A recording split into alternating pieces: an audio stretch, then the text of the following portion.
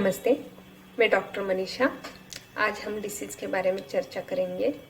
सामने मीठा रखा है फिर भी पसंद नहीं, एग्जैक्टली डायबिटीज़। आयुर्वेद में इसको मधुमेह भी बोलते हैं। एग्जैक्टली मधुमेह क्या होता है, पेशेंट में क्या क्या लाक्षणिक चेंजेस दिखाई देते हैं, शरीर में क्या पैथोलॉजी तैयार हो जाती है, आयुर्वेद के अनुसार उसकी लाइन ऑफ ट्रीटमेंट क्या है, इन सब के बारे में हम इस वीडियो में जानकारी लेंगे। जब ब्लड में नॉर्मल लेवल से ज़्यादा शुगर बढ़ती है तब शरीर में क्या क्या चेंजेस हो जाते हैं, उसको प्रायः डायबिटीज़ कहते हैं। हम जो भी आहार लेते हैं उसका शरीर में मेटाबॉलिज्म होके एनर्जी तैयार हो जाती है, और जो बढ़ी हुई शुगर है वो हमारे शरीर के अंदर जो स्वादुपिंड नाम की ग्रंथि है, उसको हम पैनक्रियाज भी बोलते हैं, उसके अंदर आइसलेट ऑफ लैंगरहैंस नाम के पेशी समूह रहते हैं। वो एक इंसुलिन नामक हार्मोन सीक्रेट करते हैं। वो जो इंसुलिन हार्मोन है वो हमारे शरीर की बढ़ी हुई शुगर है उसका कन्वर्जन ग्लाइकोजन में करके स्टोर करती है। ये हो गई नॉर्मल फिजियोलॉजी। अब जब पेशेंट डायबिटिक हो जाता है तो एग्जैक्ट क्या पैथोलॉजी होती होगी, इसके रीजंस हम अब देखेंगे। पहला, एक तो इंसुलिन हार्मोन का सिक्रेशन ही कम हो जाना, जिससे बढ़ी हुई शुगर ब्लड में सर्कुलेट हो जाती है।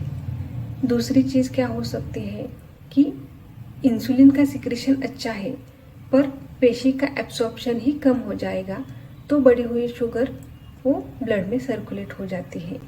तीसरी चीज़ और क्या हो सकती है, इंसुलिन का सिक्रेशन भी अच्छा है, आइसलेट का पेशी का एब्सॉर्प्शन भी अच्छा है, पर अति मात्रा सेवन की वजह से, यानी अति मीठा खाना, अति बैठे काम करना, इसकी वजह से भी शुगर बढ़ी हुई वो ब्लड में सर्कुलेट हो जाती है।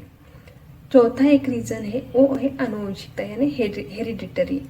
माता पिता या दादा दादी को पहले से ही डायबिटीज़ रहेगा और उस व्यक्ति की लाइफ सेडेंटरी रहेगी, यानी बैठे काम करना, अति मीठा खाना ऐसी रहेगी, तो उसको डायबिटीज़ होने के चांसेस ज़्यादा बढ़ते हैं। अब हम डायबिटीज़ में होने के बाद जो लक्षण दिखाई देते हैं वो देखेंगे।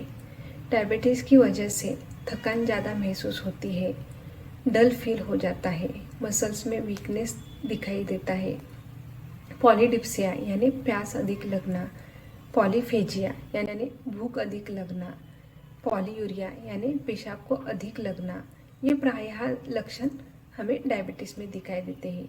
यही लक्षण बाकी के भी डिसीजेस में दिखाई दे सकते हैं। यहाँ हमें डॉक्टर के यहाँ की सलाह की ज़रूरत रहती है। वहाँ हमें detail case history, family history, diet history, occupation, इन सब के बारे में जानकारी लेने के बाद लैब में जाके ब्लड एंड यूरिन का शुगर लेवल चेक करके रिपोर्ट करना पड़ेगा। रिपोर्ट पॉजिटिव आने के बाद हमें पहले 7 या 15 दिन तक मीठा खाना बंद करना है। उसके बाद फिर से लैब टेस्ट रिपीट करनी है, और फिर से पॉजिटिव आने के बाद हमें प्रॉपर ट्रीटमेंट की ज़रूरत रहती है। अभी यहाँ हम नॉर्मल लेवल देखेंगे। BSL की फास्टिंग नॉर्मल लेवल वो जो है वो 80 से 120 के बीच में मिलीग्राम इसके बीच में होनी चाहिए, और खाने के बाद की 2 घंटे के बाद की शुगर वो 120 से 160 मिलीग्राम के बीच में होनी चाहिए। जब पेशेंट डिटेक्ट होते हैं तब हम अब लाइन ऑफ ट्रीटमेंट देखेंगे कि आयुर्वेद के अनुसार चिकित्सा के 2 पद्धतियाँ बताई गई है, एक है शोधन और दूसरी शमन।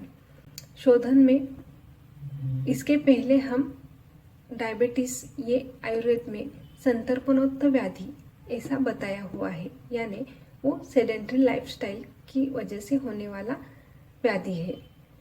मधुमेह नाम में ही है, तो मधुमेह की श्रेष्ठ उपाय यो मेहनत करना यानी व्यायाम करना, ये उसका श्रेष्ठ उपाय है। व्यायाम में भी सर्व शरीर का व्यायाम होना चाहिए। उसमें सूर्य नमस्कार बहुत फायदेमंद रहता है। कुछ आसन्स भी है, उसका बहुत लाभ हमें मिलता है। जैसे सिटिंग पोजीशन में हमें गोमुखासन, अर्धमत्स्येंद्रासन, स्टैंडिंग पोजीशन में त्रिकोणासन यानी ट्विस्ट करने के सभी आसन इसमें फायदेमंद रहते हैं। प्राणायाम में कपालभाति, दीर्घ श्वसन, उज्जाई प्राणायाम और ओमकार, इन सब का फायदा इसमें होता है। आयुर्वेद में जो शोधन चिकित्सा है उसमें पंचकर्म में वमन चिकित्सा भी प्रभावी कार्य करती है। वमन कर्म के बाद शरीर का जो स्वादुपिंड है उसको स्टिमुलेशन, उससे इंसुलिन प्रोडक्शन का कार्य सुरक्षित हो जाता है। इससे शुगर मेंटेन होने के लिए हेल्प मिलती है। बहुत बार ये दिखाई देता है कि जब पेशेंट डायबिटीज डिक्टेट हो जाता है तब वो डिप्रेशन में चले जाता है, पर वैसे न करके उन्होंने प्रॉपर एक अपनी डेली दिनचर्या का शेड्यूल आंकना चाहिए।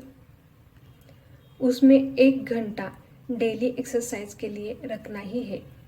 कैसे, जैसे गाड़ी में पेट्रोल डालते हैं और वो गाड़ी चलाई नहीं जाने के बाद वो पेट्रोल वैसे ही पड़ा रहता है, उसी तरह रोज का खाया हुआ खाना भी अच्छे से हजम नहीं होता होगा तो वैसे ही पड़ा रहता है और वो व्याधि को बढ़ाता है।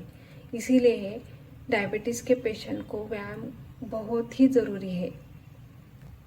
याद रखिए, जो डायबिटीज़ के पेशेंट है उन्होंने सिर्फ मीठा खाने से उनकी शुगर नहीं बढ़ती, तो उन्होंने कुछ भी खाया तो भी उनकी शुगर बढ़ती है। इसीलिए नियमित और नियंत्रित आहार ये इम्पॉर्टेंट है। डायबिटीज़ के पेशेंट को मन प्रसन्न रहना ये भी बहुत इम्पॉर्टेंट है, क्योंकि चिंता, डर, स्ट्रेस, इसकी वजह से भी पेशेंट की शुगर इनडायरेक्टली बढ़ती है।